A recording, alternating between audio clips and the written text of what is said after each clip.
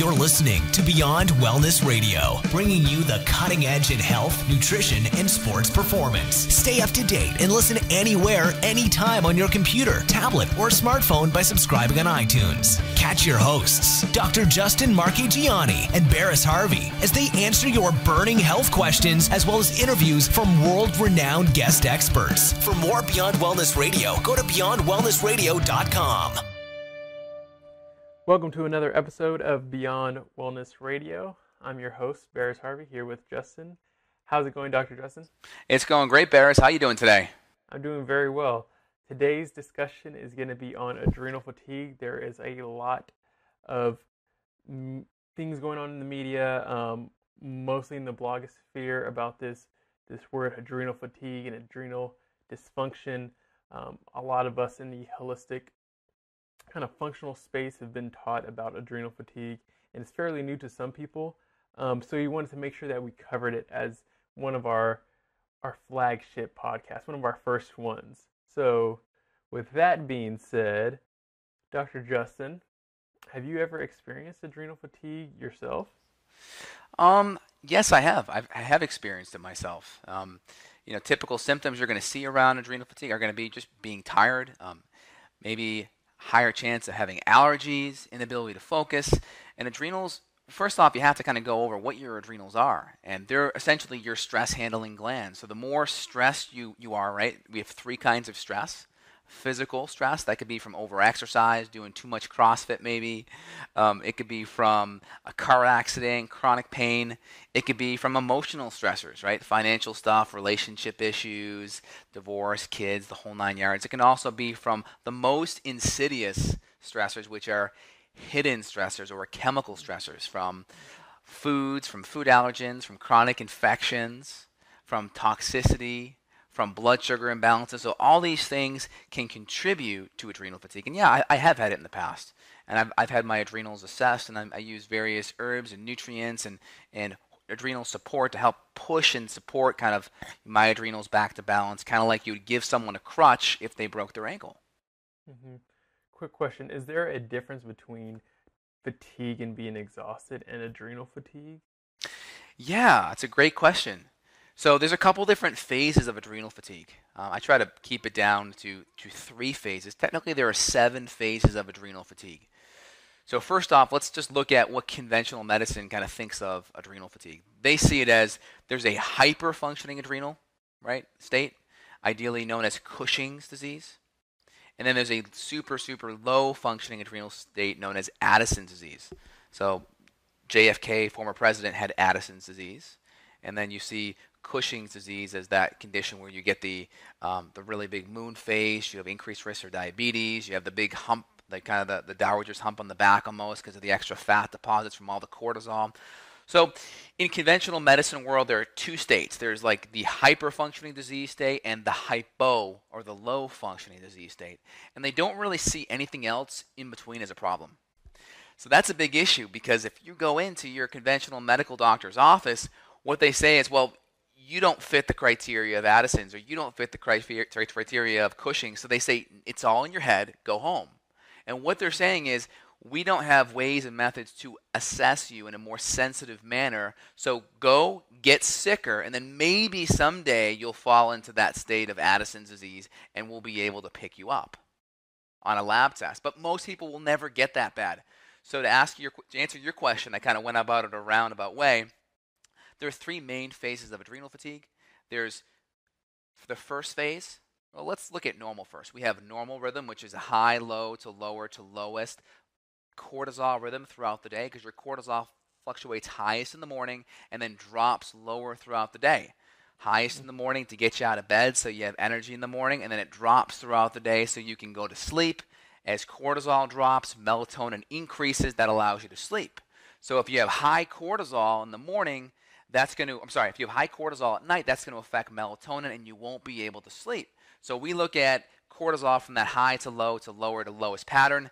And if you go too high, that's what's called stage 1.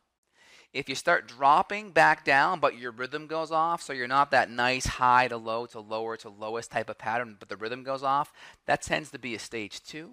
And then in stage 3 adrenal fatigue, we start seeing less cortisol being pumped out, we see potential rhythm problems, and we also see our sex hormones start to decline as well. So stage 1's that like hyper functioning. Stage 2, it starts dropping back down to normal, but we start seeing rhythm problems throughout the day. And then stage 3 is we start seeing suppressed rhythm, but we also start seeing a drop in our sex hormones. Does that answer your question, Barris?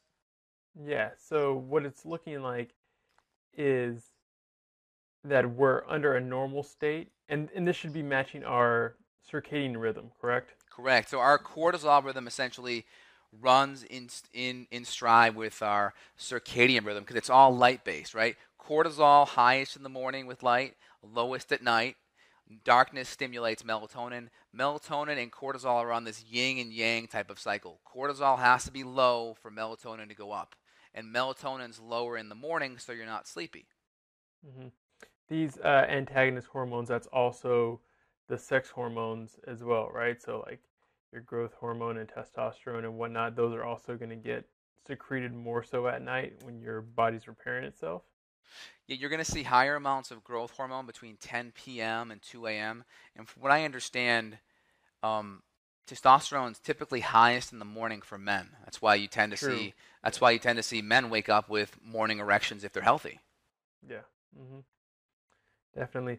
So what it seems to be the problem is a lack of adaptation, correct? So, well, stage 1 is probably a correct adaptation if you're under a certain amount of stress, and I guess after a while, your body not being able to handle that certain amount just starts to break down.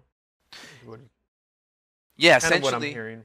Yeah, essentially. So this whole general adaptation model was created by Hans Selye. I think he was an endocrinologist, a stress-based endocrinologist in the 50s and 60s, and he kind of created this model of, this we have this normal functioning state, we go into a hyper functioning state, we drop into this state we have aberrant cortisol rhythm, and then we drop into this fatigue or alarm state where our cortisol rhythm is now suppressed and our sex hormones start becoming depressed as well. That's kind of the whole general adaptation syndrome that we're seeing here. The big issue is we used to think that this was caused by fatigue of the gland.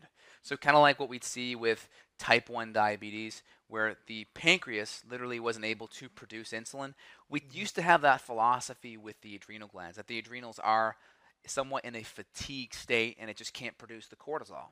And that may be true at some level, but what we're seeing is more of a brain, an HP, a hypothalamic, right? Hypothalamus pituitary in your brain, basically talking down to your adrenal glands. And they produce these different compounds known as ACTH, which is adrenal corticotropic hormone.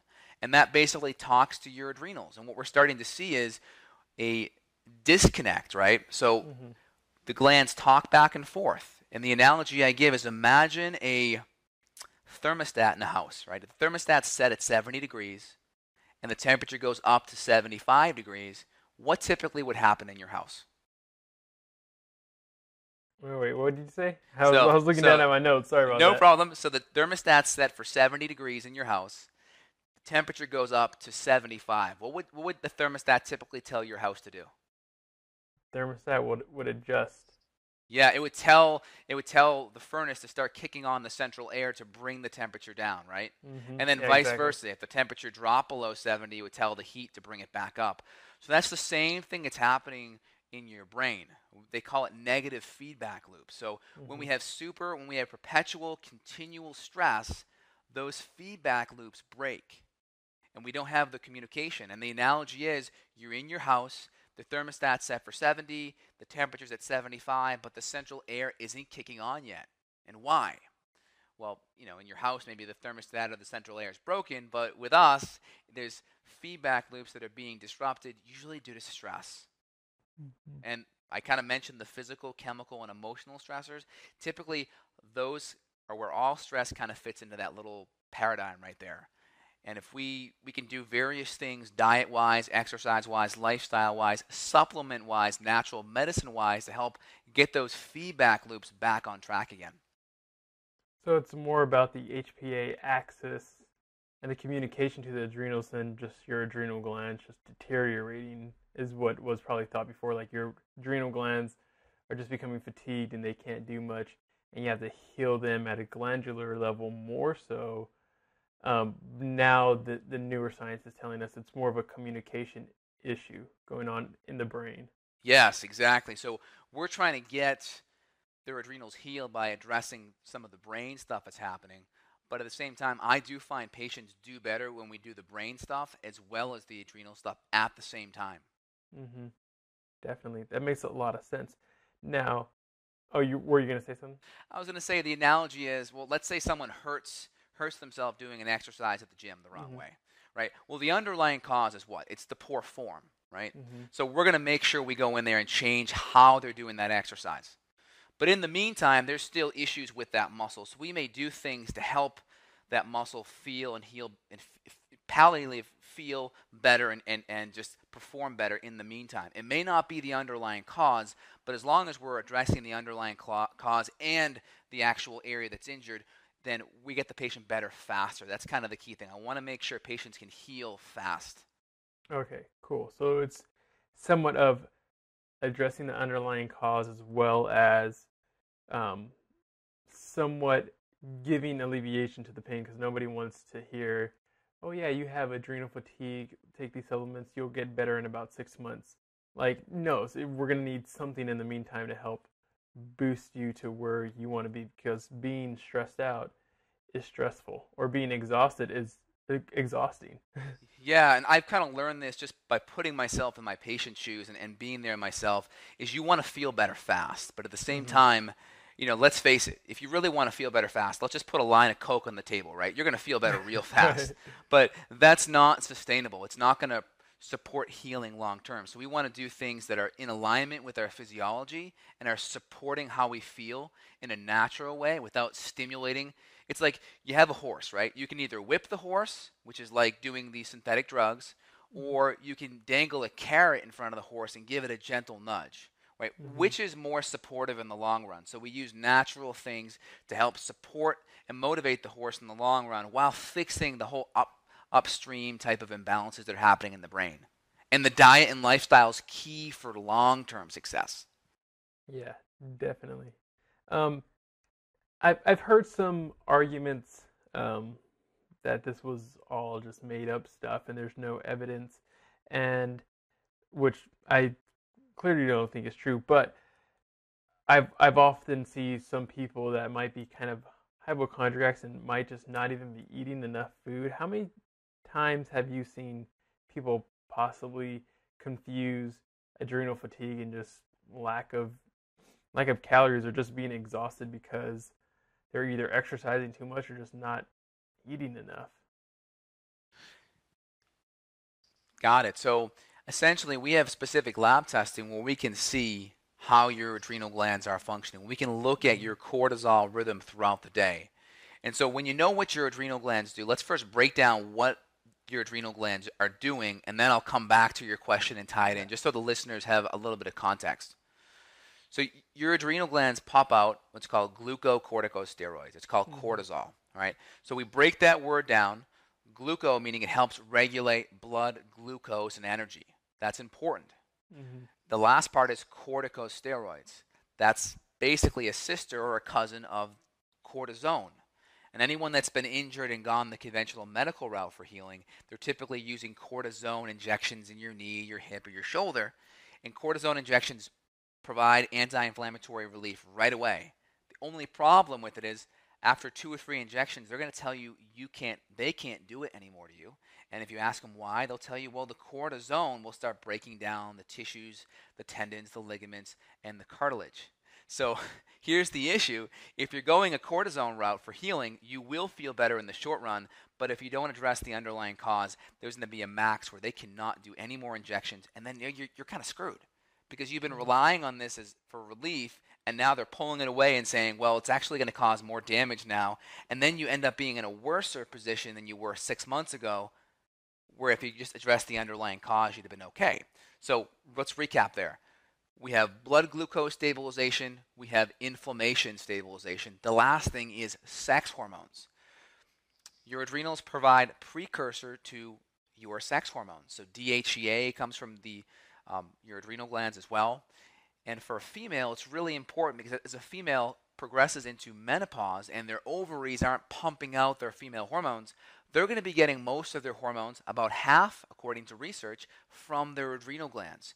So if their adrenals are fatigued and they transition into menopause, they are basically set up for a menopause of hell. They're going to have all kinds of mood issues, symptom issues, brain fog, depression, weight gain, all kinds of symptoms. So recap, our adrenals produce sex hormones, cortisol, and anti-inflammatory hormones. And that's kind of how the adrenals, what their main functioning is. And we can measure the cortisol aspect of that via lab tests so we can know if it's real or not. In some patients, I'll see symptoms and I'll see really, really good adrenals. But then when we go run their thyroid, we'll see their thyroid's the one that's messed up. So a lot of their so-called adrenal fatigue symptoms may have been coming more from a thyroid issue than an adrenal issue. But most of the time I see actually both being connected together. And this is why we test and we don't guess, right? Exactly. You always want to assess and never guess. Yeah, definitely. So that brings me right to my next question about the thyroid. I've heard like, oh, well, maybe it's just a slow thyroid, or maybe it's the adrenals. And of course, as a health practitioner, I kind of know that it's really dependent on the person, which one's the leading driver. But let me just ask you that question. If you hear somebody say kind of a chicken or egg, or like, is it a slow thyroid causing adrenal fatigue, or is it adrenal fatigue causing a slow thyroid? What's your take on that perspective? So essentially, we have the HPA axis, that's the brain talking to our adrenals, and then we have the HPT axis, which is our brain talking to our thyroid. So stress is going to affect both of those feedback loops. A cortisol is also needed for thyroid conversion.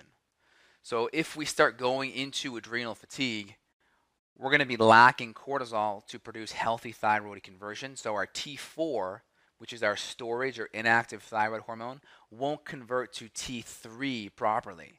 So a lot of times what we'll see is the TSH, which is the brain talking to the thyroid, will start going up. It's trying to yell louder because that conversion isn't happening. So we need cortisol for actual thyroid conversion. But at the same time, if we get too much cortisol, what will happen is we'll have receptor site downregulation for the thyroid hormone. So we'll have lots of thyroid hormone sitting out there, but the receptor sites become numb to the thyroid hormone, or we'll see less uptake of that thyroid hormone because of the high amount of cortisol. So it's like this delicate balance. If we have too little cortisol, we won't be able to make that T4 to T3 conversion. And if we have too much cortisol, we'll actually cause receptor site downregulation to the thyroid hormone. So that's why it's always good to look at both so we can get a good clinical picture. Now, I find that if you just deal with the adrenals first, you can help a lot of the issues.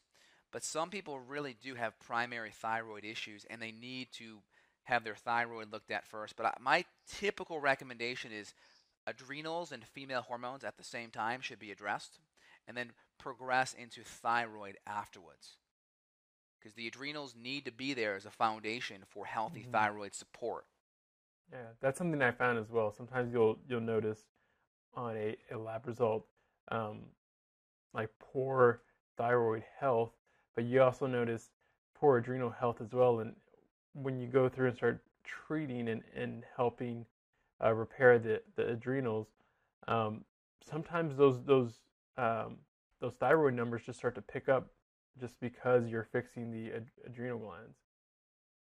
Exactly, and many people are autoimmune thyroid, and there's usually an infection component to that autoimmunity, whether it's Lyme disease or Yersinia or H. pylori or various bacteria or fungus or different parasites can be creating that inflammation that's disrupting, these feedback loops. So a lot of times we have to dig a little bit deeper, and people actually find they get better when a lot of these infections are removed, and that can kind of be the hidden barrier to people just improving their health.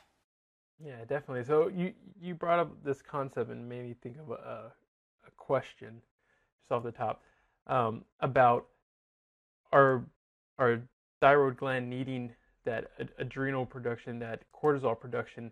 Now, usually with stage 1 if we just look at the simple 3 phases of adrenal dysfunction, stage 1 is where we start to produce too much cortisol, and then we start to dip down into stage 2 and stage 3. Can your thyroid, like the receptor sites, become hypersensitive when you're in stage 1, and then as it drops down, still be hypersensitive, and now you're not even producing enough? Can that happen and it just be like a catastrophe? So you're talking about someone staying in stage 1? Or someone getting into stage 1, which is going to have too much cortisol, which is going to cause kind of that receptor downregulation, like you mentioned. Your thyroid is going to be like, all right, we have too much, let's try to balance. And then if you drop into like stage 2 or stage 3, where you're not even producing a lot of cortisol, now you're making less cortisol, and the cortisol that you're making isn't actually making any noise when it gets to the location. Does that make any sense? Yeah. So essentially, as people progress into stage 1, this is where they feel really good, right? They're like really good. They're on top of the world. They feel so motivated and like super focused. We have people that have really good genetic constitution that can handle that. People that thrive under stress. A lot of lawyers, a lot of high executives that just never get tired. Those are your people that usually can almost live in stage 1. Now, it's not a good thing because cortisol is damaging to the brain in higher amounts. Cortisol is a fat storage hormone too. It will break down lean muscle to provide glucose for energy, so you become skinny fat. So you start breaking down muscle, and we have a lot of cortisol receptors around the tummy. So if you stay in that stage 1, you'll start gaining weight around the tummy, and you'll also start losing some muscle. But if you start progressing into stage 2 and stage 3, it's possible that you walk out of there and you start feeling a little bit more fatigued, more brain fog, less energy. And when you get achy and when you get sore, it just lingers forever because you don't have the ability to put out the inflammation. So people in stage 1, a lot of times they'll start having a lot of anxiety. They'll have a harder time like quieting their mind. They'll have a harder time going to sleep at night. Those are your stage 1. So usually they're more motivated to work with me when they have the anxiety, when they have the difficulty falling asleep, when they start having the extra belly fat, when they start getting the extra cellulite. That's when they're more motivated. But over time, most people in that stage 1 will drop down into having more fatigue, less productivity, brain fog, because as cortisol starts dysfunctioning, so does the immune system, and as their immune system dysfunctions, less difficult time with breaking down food, increased chance of constipation, increased chance of infections. So more issues tend to compound on one another as adrenal fatigue lasts longer and longer and longer. Mm-hmm. Does that answer your question? Yeah, somewhat. So it just seems like and that's probably why it's brought up so much, is the adrenal fatigue. One, because we do live in the 21st century and we just stress the hell out of ourselves. Yeah. But also, like, because it is such a foundational component to our overall health, it's such a big mover. Our cortisol, the same thing that wakes us up in the morning and gives us energy, which is so vital, but also in excess can be very dangerous, and when it gets too low can be dangerous as well, just for being a healthy, happy human being. Exactly. And one of the biggest and most insidious stressors are the foods that we eat. I mean, we're so programmed that eating grains or eating these foods are so healthy for us. Even though you think they're healthy, it doesn't matter. They could be a stress to your body. So if you're eating 11 servings of gluten a day, because it's the primary thing on the food pyramid, it doesn't matter if you think it's healthy. More than likely, in your case, it's creating stress and inflammation. If you're skipping meals, let's say you're one of these people in the paleo world that's like, you know what? I'm going to intermittent fast every day. I'm going to do all these different things. This is great, right? I'm going to get all these benefits of cellular autophagy. Well, skipping meals can actually be very detrimental to your adrenal glands because your body has to make cortisol to stabilize your blood sugar. So a lot of people, they're already too stressed, their thyroid's not in the right place, their adrenals aren't in the right place, and they're intermittent fasting, and they probably shouldn't. So my goal is, intermittent fasting I think is great. I try to do it once a week, but I recommend my patients get healthy first. Get your adrenals and your thyroid healthy first before you start doing intermittent fasting. And if you're going to do intermittent fasting, Choose a day that's not that stressful. Choose that Saturday morning when you're going to be watching TV with your friends or your family. Choose the Sunday morning, right? Try not to do it Monday through Friday when you're really, really working hard and you're under a lot of stress. Choose the day that's less stressful. Get healthy first, and then choose the less stressful day and see how you do.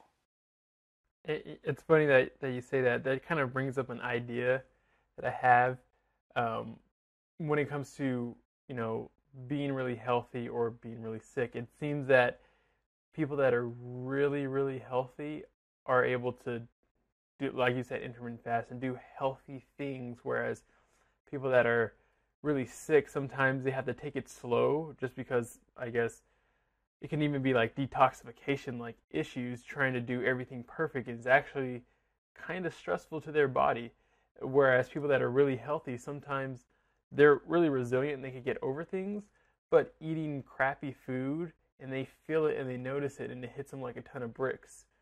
Whereas people that are really sick, they can eat crappy and they're so used to feeling crappy that it doesn't feel like it's taxing them. So it's funny seeing this kind of back and forth, how people that are really healthy can do things that are really healthy, but if they do something that's going to make them, feel like crap or do something unhealthy, they really feel it bad. Whereas it's the opposite way around with someone who's sick. Someone who's really sick and they do something like drink, they might not notice the effect because they're so used to it. They don't feel any worse. But if they do something healthy, they might, like, too far, like trying to intermittently fast, they might actually feel bad. So it's funny seeing that. Oh God. Exactly. And the analogy I've created that I use to get that concept across to my patients is the analogy of a stress bucket. Right? People that are more unhealthy or just having more symptoms right now, if you're having more symptoms, I'll put you in the unhealthy category. They have a smaller stress bucket. Right? We all have people and friends that eat bad and that just have a ridiculous amount of energy and just go, go, go, go, go. Right? Those are people with like really, really big stress buckets, right? We hate them. We're like, oh my gosh, how can you do all these things and get away with it, right? We all have people in our life we can think of. They burn the candle at both ends. They have really, really big stress buckets. Normally at some point it will catch up to them. So I'll explain what that means. And then we have people that they just do a couple of things wrong. Their constitution is more sensitive. They may have a smaller stress bucket. So we put our little stress balls in that bucket. And those stress balls can be a gut infection. It could be gluten. It could be blood sugar, right? It could be toxin exposure from the environment. And the more stress balls that we have in our bucket, when our bucket overflows, we start having symptoms. So if you have a smaller bucket, it's not going to take many stress balls for that bucket to overflow. But if you have a higher or stronger constitution, you may be able to fit more stressors in there before symptoms happen. And it's not necessarily a bad thing to have a smaller stress bucket. I just call it the canary in the coal mine, right? So the whole idea with the canary in the coal mine is coal miners used to bring in canaries because the canaries would sense the carbon monoxide and literally die before the miners would, so the miners could get out. So it's the canary in the coal mine, meaning you're going to be aware that those stressors are affecting you sooner, and you can actually make changes and avoid the cancer or avoid the chronic degenerative disease that may happen the longer you do it. So you can actually start pulling some of those stress balls out and working with a good functional medicine nutritionist or doctor to help figure out what those are, and then figure out what organ systems or glandular systems are damaged and help repair them. Yeah, I definitely have a smaller stress bucket, as when I was in high school, I got fat.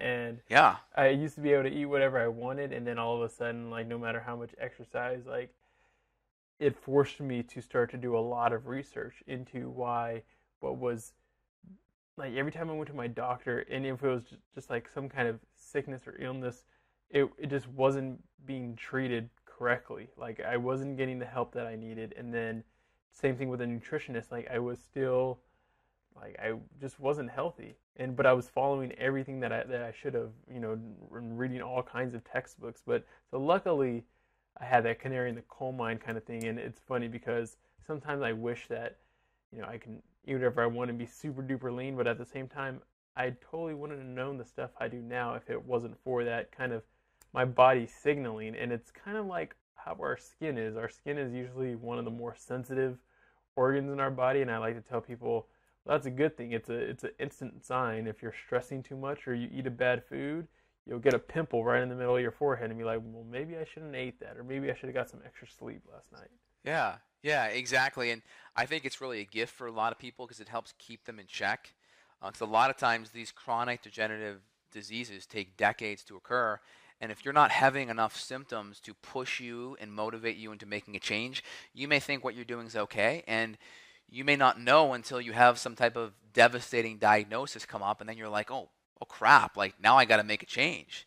And it's like now it's really serious versus just a little bit of adrenal fatigue or a couple of little symptoms. So that's kind of always at the surface. And then one thing I always see with patients, this is a really interesting concept, is a lot of times patients will do really good. They'll be really clean, and then they'll go back to eating maybe one meal they used to eat that wasn't too bad, and they'll really have a ton of symptoms.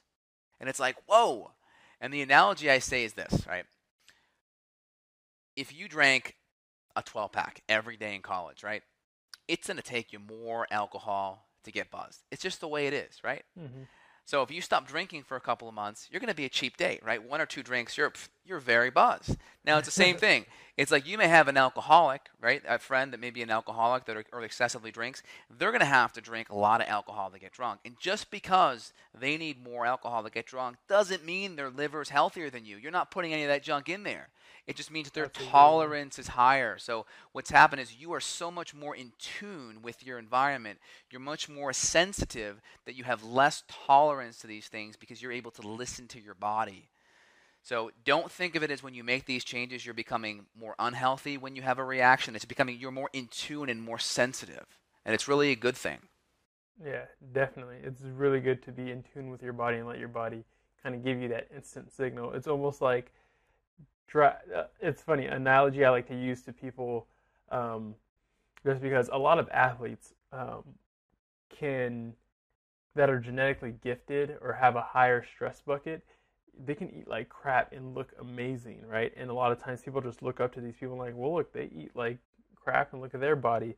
And I like to tell them, well, their body is like a Ferrari. And just because they drive it recklessly doesn't mean that they can get into an accident, right? It doesn't mean that like they're driving it the correct way.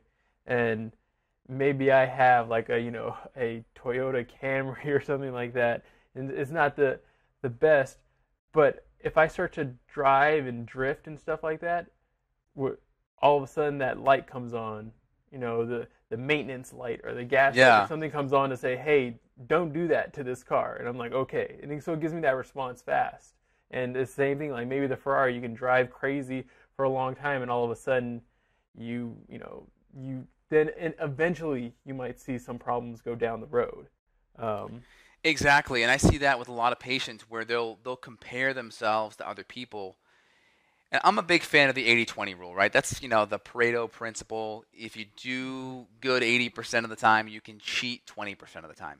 And with some people that are really healthy and they have a decent constitution, they may be able to do that. But, I've updated my stance on that because there are some people that are very sensitive and are genetically the canary in the coal mine, and they may not be able to cheat 20%, maybe able to cheat 10%, or maybe barely at all, right? I have some celiac patients that if they just have even the tiny bit of gluten via cross-contamination, they are literally in bed the next day. So, I mean, like, how do you go to them and say, well, moderation and balance? Nonsense. Like, it has to be an individualized approach. And if you're healthy and if you have strong adrenals and you have a good genetic constitution, yeah, you could probably do 80-20 and maybe you could get some gluten in there every now and then, but maybe not. Like myself, I have an autoimmune thyroid condition, so I choose to never put gluten in my system, ever.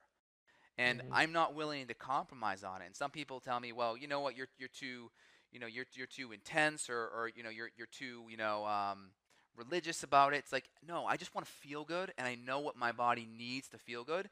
But I'm also aware that some people can get away with it a little bit, and I'm also aware some people can't.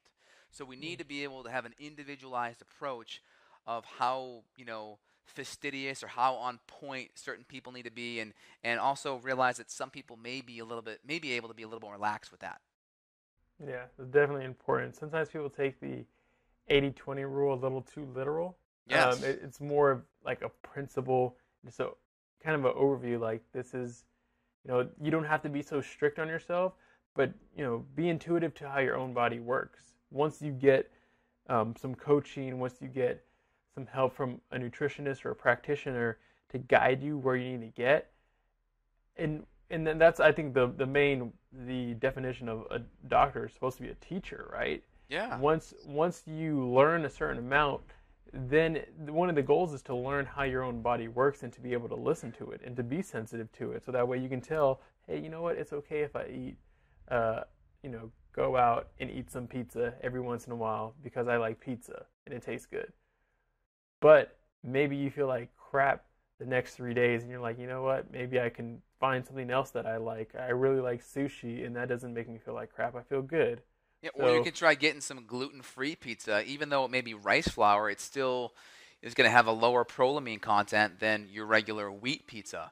And I think that's important because some people will have these cheat days. I mean, you see it in Tim Ferriss's book, which I love his stuff, but he'll have these cheat days, and you'll just be eating a ridiculous amount of crap for that one day, and then you're literally inflamed and bloated for the next 5 days. So you're living like 70 to 80% of your week inflamed and suffering from the side effects of your cheat day. It doesn't make sense. Like, if you're going to eat, make sure it doesn't affect your performance. And I had some alcohol last night. What did I have? I had some tequila with half a lime and some carbonated water, and I got a nice gentle buzz, but I feel good an hour or two later. I have no side effects from drinking moldy wine or glutinous beer, if you will. Mm-hmm. Yeah, definitely. Same thing here. And like an example, like I said, I like pizza. Every once in a while, I'll go to this local pizza parlor, and they have a gluten-free option. And to me, it tastes better than the normal one, just because I like thin crust, and they use a thin crust. And one time they were out of it, and I'm like, nah, so I'll just get the normal one then. And I just don't.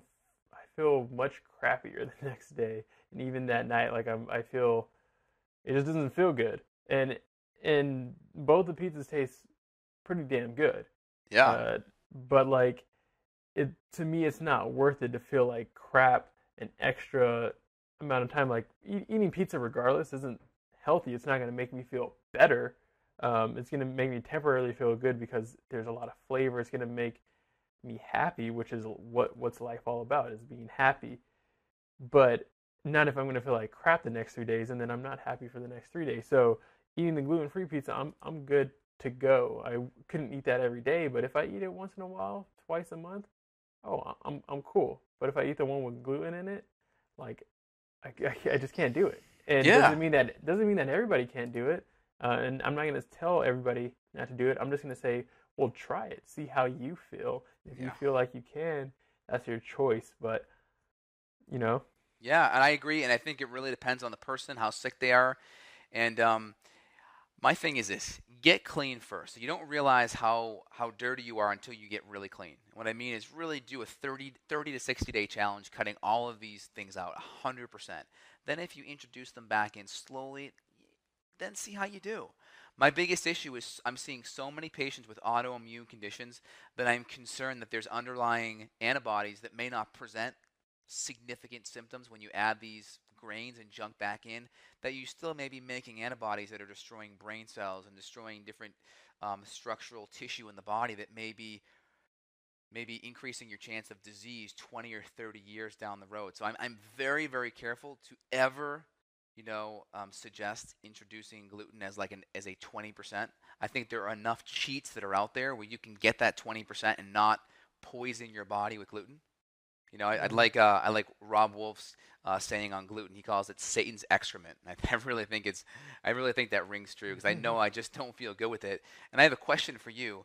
What are your favorite gluten-free treats that you get that mouthfeel, you get that high palatability, you feel good, you feel like you're cheating, but you don't have the deleterious side effects afterwards, and you're not inflaming your body? What are your 3 favorite, Barris? Let's see.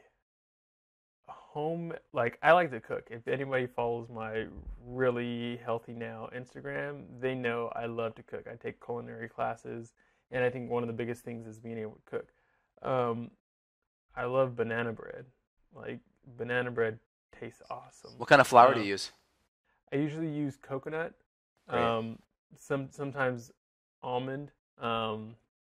Gives a little better feel, but I can put some almond butter in there, and oh yeah, that tastes amazing. And I usually the way I make it, it has the same consistency, almost like actual banana bread. So it's not just like this crappy paleo version. Um, Paleo Bakehouse, give a shout out to them. Has really good like brownies and cookies. I don't myself eat them often. My girlfriend really likes them, and they taste really good. And I don't feel we don't feel like crap after. What else do we like? If we can get a really good, high quality, local, organic ice cream. I'm not a big fan of ice cream really, but my girlfriend loves ice cream. And if you get one that's not made with a bunch of sugar, like you can make it at home if you can get an ice cream maker for $40 and use like coconut oil and eggs and butter and a lot of fat and maybe some stevia and xylitol and vanilla, and it tastes really good, and there's not really a lot of sugar in there, and it is basically mostly fat. That's Um, great. but yeah, those are like some things that taste really good that are like sweet treats. That's great. I'm Um, gonna share. anything Go with ahead. dark chocolate too. Yeah, I like that. I'm gonna share my favorite three right now, if you don't mind too. Yeah. So my favorite three is one. If you're at Whole Foods, there's this brand called Hail Marys. I love them. Yes, that too. The tarts are amazing because if you look at the back of the ingredients, it's really, really balanced. You get about 30 grams of fat coming primarily from coconut oil, so it's a really good fat, healthy brain fat. You have about 20 grams of sugar, which isn't too bad for the whole thing. And it tends to be lower glycemic type of sugar, so it's not spiking your blood sugar around. And you get about 12 to 15 grams of protein. So you have at least some good fat to kind of slow down any of that sugar absorption. You're getting some good protein there. And it's pretty anti-inflammatory. Like you kind of feel really good afterwards and full. And it's like, wow, like, this is really isn't that bad at all. That's kind of my favorite one because it's really convenient. Yeah. My I'm gonna next cut is, you off real go quick. ahead. Yeah. The Cocoa Roos as well. Yes, those are great. Hail Mary makes Cocoa Roos. There's another brand that makes Cocoa Roos too. Like, I get those from my girlfriend like all the time. Like Yes. those taste amazing as well. So go ahead, go over your other Those two. are really good, and I like the cocoa roux. I do have preference towards the tarts though, because if you look at the first ingredient, it's actually fat for Yeah. the tarts, so it's a little bit higher quality fat versus the sugar being the first ingredient. So I try to do that more because the fats just keeps me a little bit fuller and makes me feel a little bit more sustained. Where if I Hmm. do the other ones, I just kind of continue craving them because the sugar just keeps my cravings just up a little bit too high. Hmm. But yeah, totally good, and I love them as well. Next, I do paleo chocolate pudding. Really, really Hmm. simple. You get some high quality coconut milk. Put it in the fridge for about 24 hours so the coconut water and the cream kind of separate. Scoop out the cream. You can add about a quarter of a cup of cacao, cacao flour or no, cacao powder in there. And you can do a couple drops of stevia, mix it up. There's literally like 2 or 3 ingredients. You can add a little bit of vanilla if you want, and you have this amazing chocolate pudding that's like super thick, virtually no sugar, almost all high quality fat. And when you eat that, like you feel full. I'll take a couple of organic berries, throw them on top, and I just feel like amazingly, amazingly good afterwards. That's a good one. And then also paleo pancakes, which is some coconut Oh flour, yeah. eggs, and coconut milk. It's 3 ingredients. You can go to my blog at Justin Health and you can Google paleo pancakes and you'll be able to find it there. Just super awesome, easy ways you can enjoy those meals and not have the inflammatory, day or two after, just the side effects. Yeah, those sound amazing. I also have one actually for Sean Croxton's I think his Real Food Con we put together like this compiled like recipe book, and one of my recipes in there was paleo pancakes. So That's yeah, great. pancakes are can't really go wrong with pancakes. You can't. And I think this all ties back to, like, I want to, keep the context of the show with the adrenals. And this all ties back to the adrenals because if your blood sugar and you're throwing inflammatory food in there that's causing your blood sugar and your inflammation to go up and down, your adrenals are the main glands that have to come in and buffer that. So it all relates back to the adrenals because if you're taking in foods that aren't going to be causing these massive blood sugar spikes or creating all this inflammation and cytokine reaction, then you're taking stress off your adrenals. Yeah. And if you're taking stress off of your adrenals, but you're still getting the enjoyment of Yes. really delicious food. You brought up something with the fats. I'm gonna throw in one more thing for people. I know this is mostly about adrenal fatigue, and we're going off with recipes, but just think of it as a bonus, you guys. So if anybody knows like the recipe for like bulletproof coffee, like the coffee, butter, and MCT oil. Yeah. Something simple that people can do, which is somewhat similar: some coconut oil, butter, or MCT oil, butter, whatever, that kind of thing, like the bulletproof coffee, but instead, like just for like more of a sweet craving or an afternoon kind of thing, using chai tea. It tastes so amazing. Like that to me is a treat, and there's like no sugar in there. It's just chai tea, and I just put some cinnamon in there, and with the butter, it's just such a creamy, like, It's great. I don't know, it just makes my mouth water just thinking about it. But if anybody's out there, try taking the bulletproof coffee kind of idea and like using chai tea, and it tastes amazing. That's great. But, That's yeah. great. Awesome. So real quick, we went over a lot of stuff already, but I wanted to know, we mentioned some things like there's going to be hidden stressors, and some of the general things, but I want to make sure that people know what are the common causes of adrenal fatigue, and then after to briefly go over some of the uncommon common causes that people might not know about. Got it. So the biggest thing is going to be the triangle of health: the physical, chemical, and emotional stressors. So the physical stressors are pretty common. The big thing is people over-exercising on that side. They have chronic injury. They're doing their CrossFit, right? And the key thing is, we know if exercise is causing a problem is when people literally are tired after their workout. If you do not feel energized after your workout, your adrenals are bearing the brunt. If you do not feel like you can do the workout all over again, your adrenals are bearing the brunt. So if you're on the exercise front, make sure you answer those two questions correctly. Are your workouts causing you to feel energized? And are you able to do the workout over again? As long as you answer to those things correctly, then I think your exercise is great. On the emotional side, do your best to, have good communication in your life. I'm a big fan of karma and following the golden rule. Treat people like you want to be treated. It's really important. If you put good vibes out there, you're going to get some good vibes back. And I think that really helps emotionally. Also, be part of a community, whether it's your church, your spiritual group, or your CrossFit box, or a meetup group. Try to be part of a community. I think having that connection with people that are on board with what you're doing. A lot of people may think you're weird doing these things because it's out of conventional wisdom. So be in a group that gets you and understands why you're doing it and supports you. I think that's really important on the emotional side. And then on the chemical stressors, or the hidden stressors, if you will, we kind of already talked about that, but the infections, the thyroid stress, the adrenal stress that may already be there because of all the other things that have been happening for so long. The biggest ones: the blood sugar, not skipping meals, environmental toxicity, the various infections. So definitely get assessed. I mean, the easy ones are simple, right? Sleep, getting to bed on time, stabilizing your blood sugar, eating some type of an anti-inflammatory paleo or bulletproof style of diets, and to be huge to move forward. But there are a lot of people that still, that's not enough, and that's where it's good to see someone like me or you, or at least get a complimentary evaluation to see what the next steps could be for that person. Yeah, definitely. And you said something about like joining a group. I think that's a big thing nowadays with Facebook and Twitter, and like I love these platforms to be able to connect to people like all over the world and to have a lot of connections.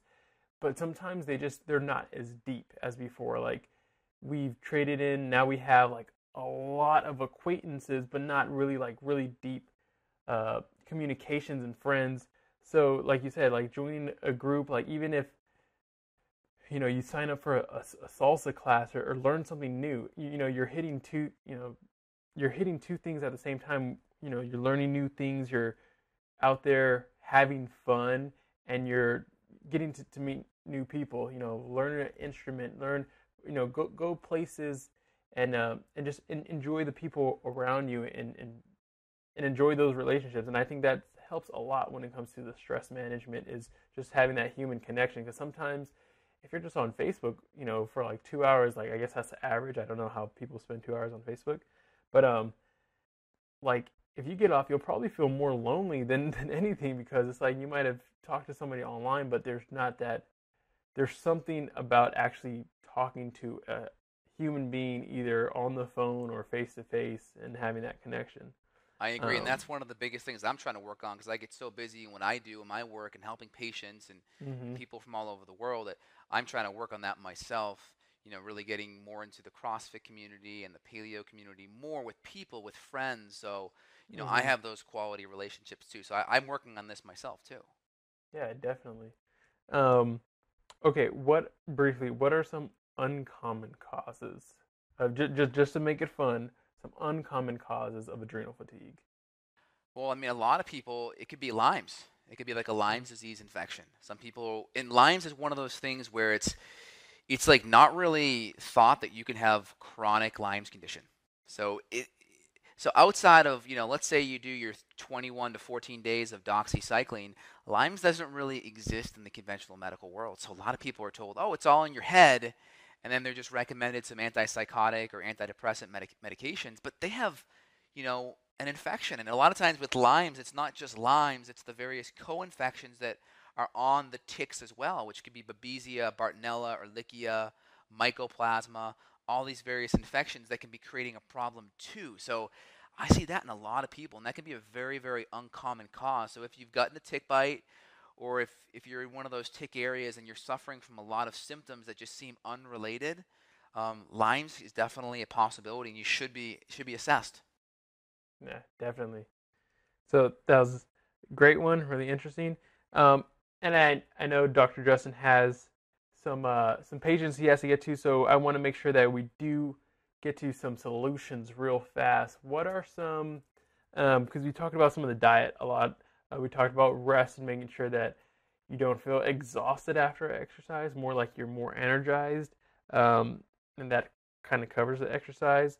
Uh, Covered stress. What about some supplements that we can probably take to help us reach our goals faster, or get us over, maybe we might have plateaued, something that's going to help boost us up and help us recover faster? Great question. So there are some specific recommendations that I only make according to laboratory tests that may Mm-hmm. be like bioidentical supports, hormone support, specific timing of nutrients and adrenal support. I would make those recommendations based on lab tests. So those may Yeah. involve using pregnenolone or DHEA or phosphorylated serine or some bioidentical cortisol. Um, Licorice root at certain times throughout the day. So that would be really dependent upon the laboratory testing. But to Yeah. give some general recommendations, one of my favorite adrenal herbs is ashwagandha. Now, the biggest Mm-hmm. problem with herbs today is it's really hard to find good quality herbs. A lot of people just go look on Amazon or online and just try to find the cheapest thing they can get. And a lot of times that's not really a good call, because a lot of these herbs No. can be contaminated with heavy metals. They're not independently tested by third-party laboratories. So it's really important you use reputable companies. I mean, just to name a few, I like Ayush herbs. I like MediHerb. I like Gaia herbs. I also like Herb Farm, and a couple of different herbs that you can do. One of my favorite is Eleuthero. Ashwagandha is excellent. Rhodiola is excellent. Korean ginseng is excellent as well. Now, these herbs are all adaptogenic, and the reason why they're more non-specific is they have the ability and the quality to modulate stress hormones and sex hormones up and down based upon where you're at that time. So you can be hyper functioning in regards to stress, and that can actually tone the stress response down, or you could be hypo functioning, low functioning, and it could give you a little bit of a boost. So a Mm-hmm. lot of these herbs actually came from research by the Russians in the 50s, 60s, and 70s. So, while we're busy, at war and World War II and the Cold War and such, um, and the whole NASA space program, they were allocating a lot of resources to these herbs. One, to help improve their military's performance. Two, to help with their athletes, right? Russia has a tremendous history Mm-hmm. of athletics, and they Oh were yeah, also they're using always it. they're always ahead of the game. Yes, and they were also using it to help boost the performance of their astronauts.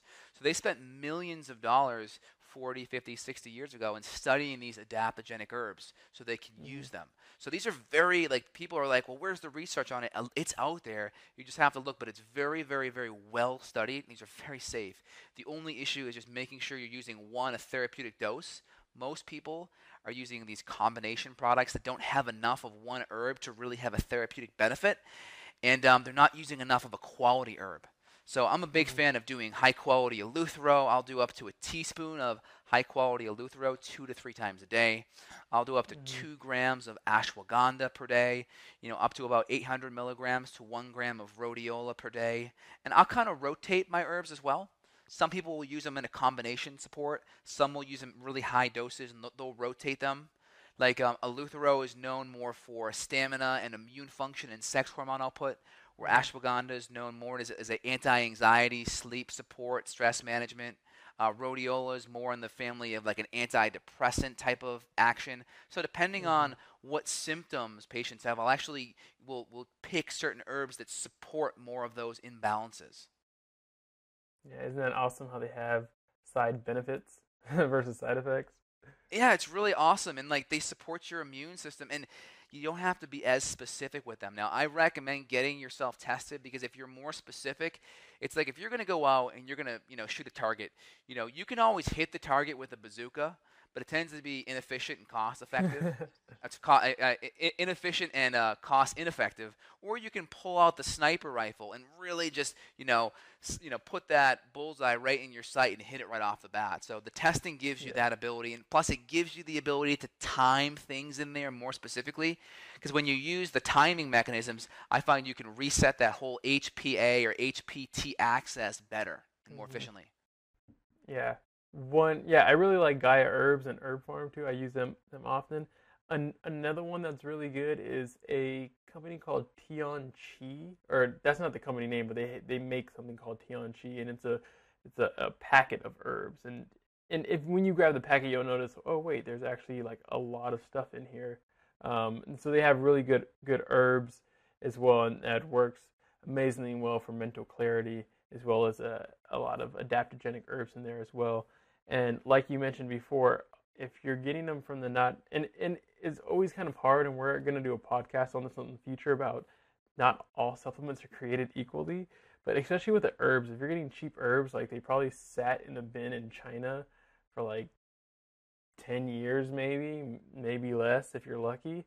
But like, yeah, a lot of herbs are coming from China that aren't really like regulated, so it's important to make sure that you're getting it from a good source. And with the whole issue with radiation in those countries, and the lack of standards with pesticides and chemicals and heavy metals, you may get a lot of stuff that's super tainted, and it actually may be more stressful putting that in your body than actually just avoiding it to begin with. Yeah, and that sucks because you're paying Yeah. to get better, and you're getting worse. There's actually labeling problems too with Amazon. A lot of companies are actually smacking labels on products of good supplements, but they really aren't. It's some inferior product with the label that everyone knows on it. So you have to be really careful if you're buying it on Amazon. I buy directly from the manufacturer, so I can guarantee to my patients that they're getting what they're paying for, versus it can be a crapshoot on Amazon these days. There's a lot of articles out there on that, so feel free and Google that just to know that there's some facts backing that up. Yeah, make sure you're getting it from the company. If you're going on Amazon, it does tell you who it's sold by. Yes.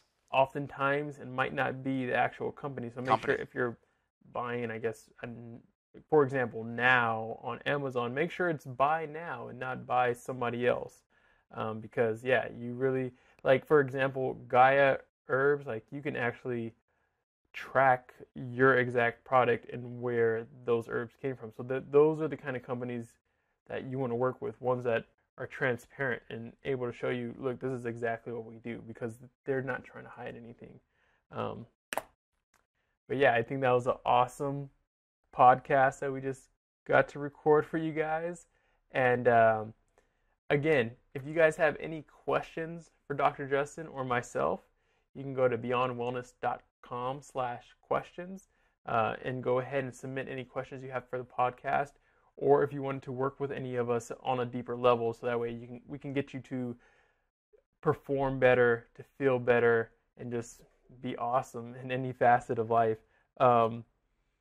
Is there anything else you wanted to add today? Yeah, I think it's really hard for the average person that that only has their N=1 experience to navigate this. It can be a little bit difficult. It can be a little bit overwhelming. So if you're in that position where you don't quite know where to start, definitely reach out to myself or Barris. I mean, right now my clinic's booked out about 1 to 2 months, but I for right now, and I'm not sure when the show goes live if it will still be the case, I am offering some complimentary consultations. So feel free, check it out. Nothing to lose.